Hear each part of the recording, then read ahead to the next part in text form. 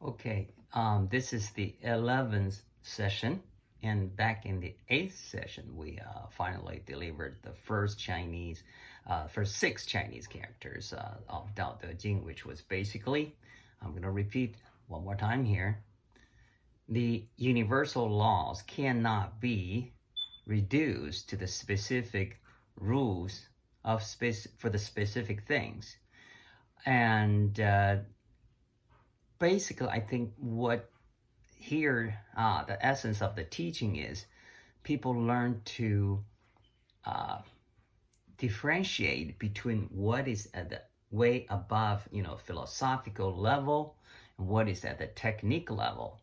And I guess I'm sorry, but that was why I repeatedly brought up the Japanese in comparison to the original old school Chinese. In a major differences between the two, I guess, cultures. For instance, like calligraphy, the Japanese also use the word do, or what we Chinaman pronounce as Dao. Why we cannot use the word Dao for calligraphy? Because, as I mentioned before, the Chinese elites in ancient China, all this calligraphy, painting, music making, poetry, all that, basically that was just part of the self-purifying, improving study as the means for the end, at the end, which never ends. The end never actually never arrives, even at the day you pass away, on to the next world, if you believe in reincarnation. Of course, most of you don't. So, if calligraphy, painting, all that was just a means for me to reach to the end that never arrives, the end never ends, you don't call calligraphy a Dao for whatever reason, because for the old school Chinese or Chinese elites, you are confusing yourself between what is really high level abstract guiding philosophy and what is the pure or sheer techniques. Okay, that's the difference. So if you think the calligraphy is a Dao, then you totally miss the point. Calligraphy can never be the best. There's no best. You can only get only better. Okay, there's no best out there, right? So when you put a Dao onto this, guess how far you can get with your calligraphy? For us, the old school Chinese, the Chinaman, you practice, rice paper painting, oil painting, calligraphy, poetry. I do all that. And I don't even care to compare either, between myself today and 10 years before, 10 years ago, or compare myself to any other people out there. I don't care to compare, because if you do, you miss the point. There's no such thing as even better, let alone best. You do what you do, and you're only letting your art to reflect yourself, where you are today, as far as your self-improving study, goes, right? So this is where old school Chinese and the Japanese were essentially different. Even on the format, it looks like, oh, we do this, paint, ink brush, rice paper painting, and they do too. We do the calligraphy, and they do too. It's all in Chinese, character they call kanji, but it's not the same. I'm gonna be a little, I guess, blunt here. Calligraphy, when you go to the calligraphy exhibition in Japan, you will see a lot of format there. But for us, it's not about format, really. Style, format, whatever. It is, you are displaying yourself there. That's why in English people say arts don't lie. And in the Chinese, the old school Chinese say, whatever you do, the painting or calligraphy, It's just loyally reflecting upon yourself. Okay, and so I guess I'm just basically coming back to re-emphasize about the universal laws cannot be reduced to specific rules for the specific purpose, specific things in a specific scope, because it's universally applicable. Okay, so if you find yourself already elevated to the next level compared to, let's say, last year, right? Then supposedly your calligraphy works, your ink brush painting or oil painting for that matter, I do both, that should show. Oh, so you look at your artworks and like, I made some progress. Was that referring to the techniques? No. That's about basically you're showing that your state of mind basically change for better, okay? More positive change. And let's say you just experience something really somewhat even traumatizing, so sad, lots of grief. And if you can, basically turn that into a positive force, and then it shows even deeper philosophical level in your artworks, right? Or even, let's say, poetry, right? So I remember one time I was working with a musician friend of mine. We were looking for a young composer, well-trained music composer.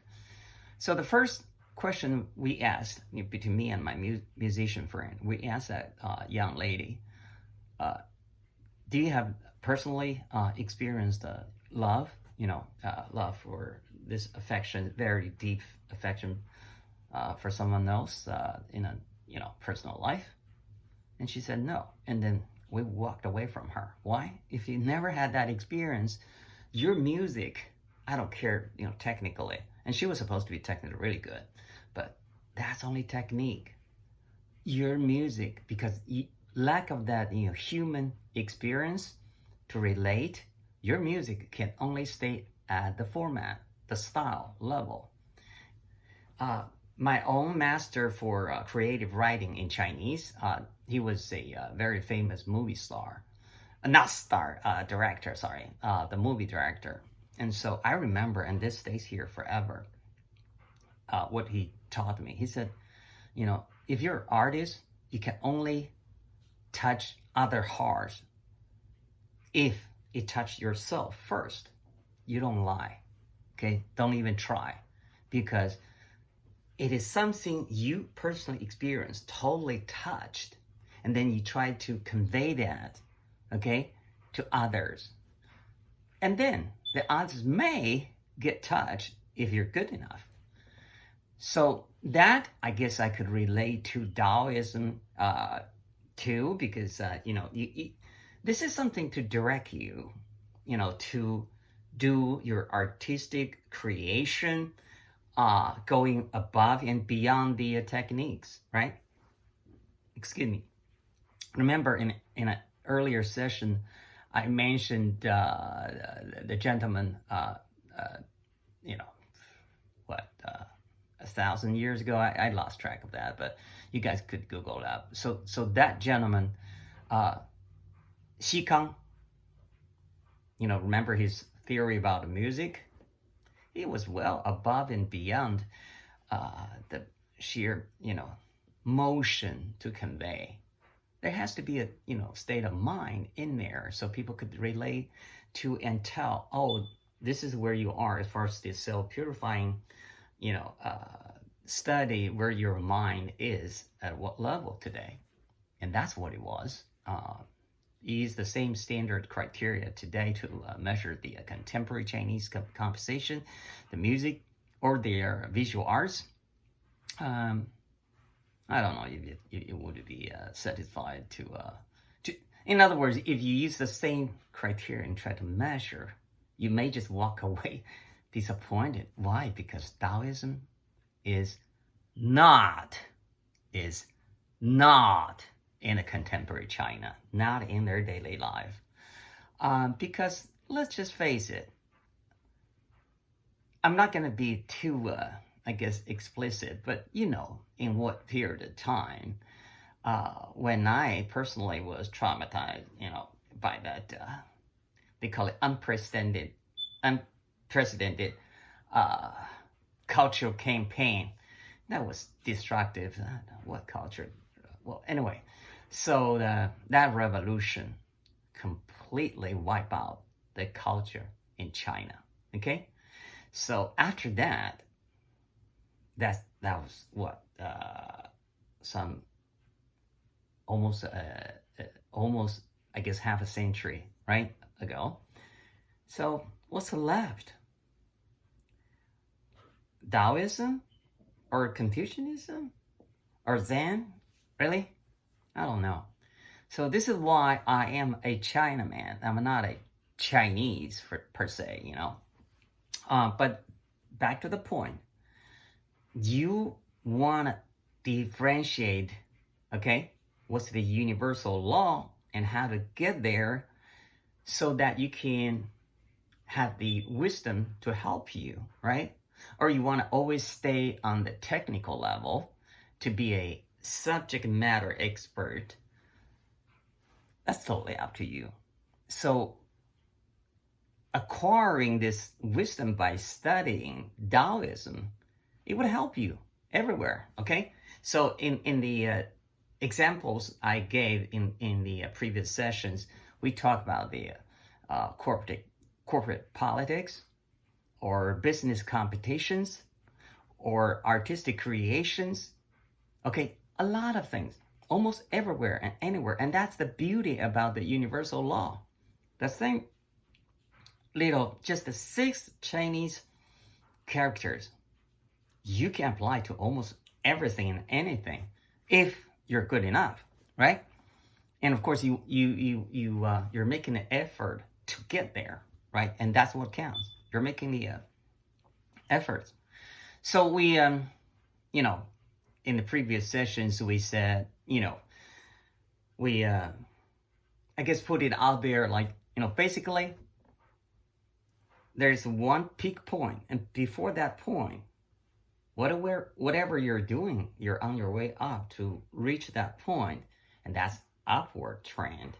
But once you reach the perfection, passing beyond that point, you're on your way down, and that's the next trend, right? Regardless, you are talking about, say, annual plants, right? They live through probably 4 seasons, if they're lucky enough, 4 seasons out of a year. That's what annual means, right?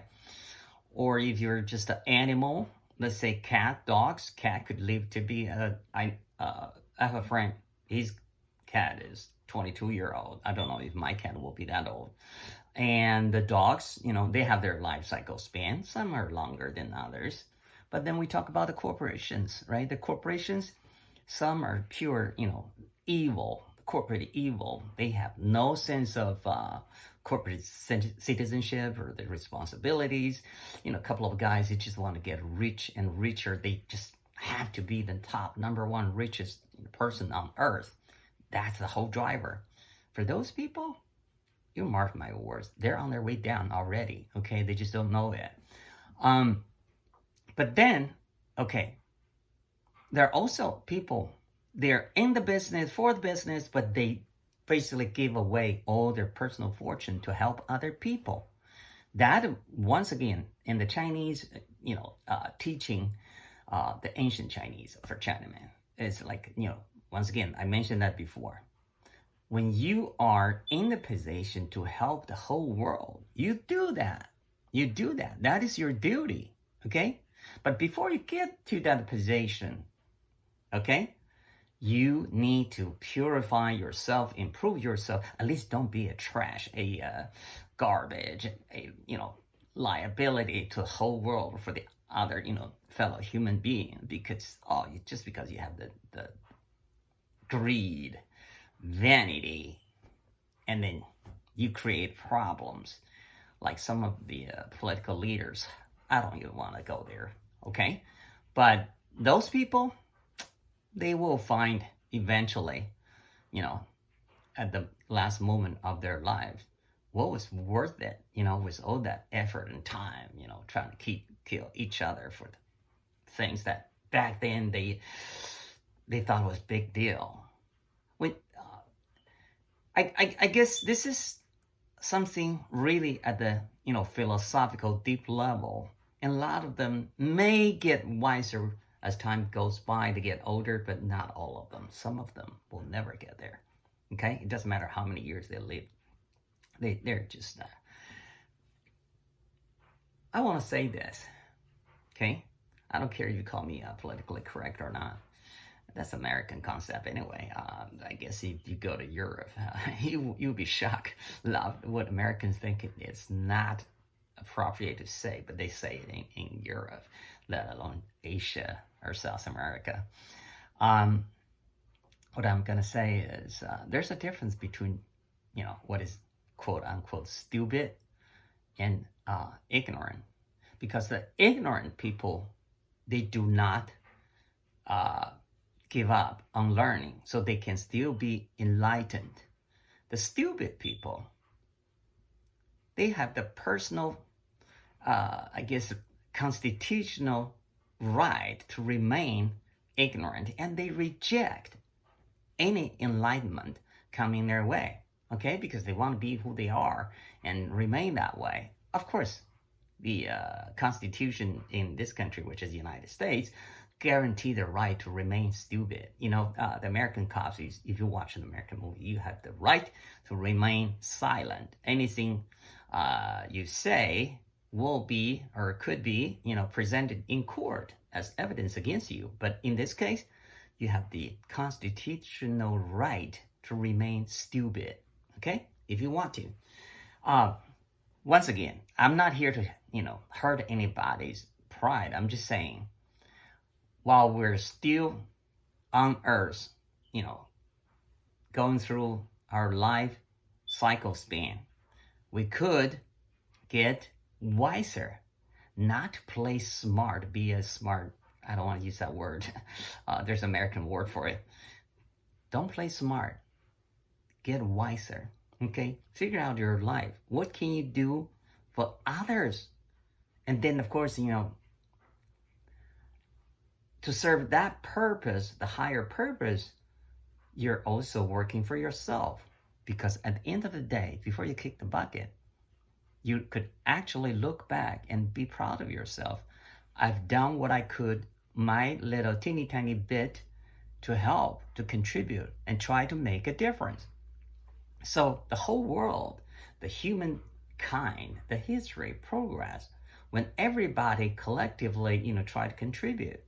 So when you answer, okay, so you say everything just like everything, passing through the life cycle, there's no meaning. Of course there's a meaning. The meaning is there. Just whether or not you recognize or not. You can always do your part to help, right? If you refuse to do so, once again, that's, within your right. But at the end of the day, what is the whole purpose of this? I hope you've, got it figured out, right? Maybe you look back, oh, I got 5 big houses. I used to have like a 10, top brand cars. And I got all this accessories, here and there and all that. Does it matter? Or you were, let's say, the CEO of whatever the big corporation, or you actually became the president of the United States, or whatever, okay? If that justify your, and then that was a good means, congratulations, good for you. Or you can do something else, totally different. But then what is the sense of achievement there, right? I guess ultimately that's what we're looking at, right? So if you have a life that is meaningful by contributing the progress of the humankind in whatever teeny tiny way, very humble way, but whatever you can do within your best power, that's one way. And the other way is, all that vanity and greed, and even at the end of the day, before you kick the bucket, you still think, oh, I have achieved. Okay, that's you. There's nothing anybody else can say or do about that. I hope you know, all your life eventually justified by that for you. Okay, good luck there. All right, ciao.